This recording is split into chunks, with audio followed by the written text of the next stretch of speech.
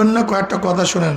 খাস করে আপনারা জানেন বেগম খালেদা জিয়া সে অসুস্থ, হসপিটালে আছে। তার শেফায় কামেলার জন্য একবার সূরা ফাতিহা, 3 বার সূরা ইখলাস পড়ি।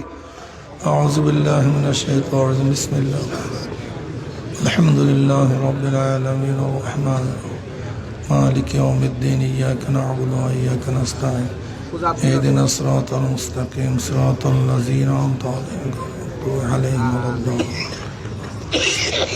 قل هو الله احد الله الصمد لم يلد ولم يولد. بسم الله الرحمن قل هو الله الله الصمد لم يلد ولم يولد. بسم الله الرحمن قل هو الله الله الصمد لم يلد ولم يولد.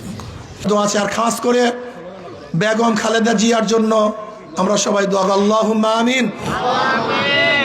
আল্লাহ বেগম খালেদা জিয়ার শরীরকে পরিপূর্ণ আপনি সুস্থ করে দেন।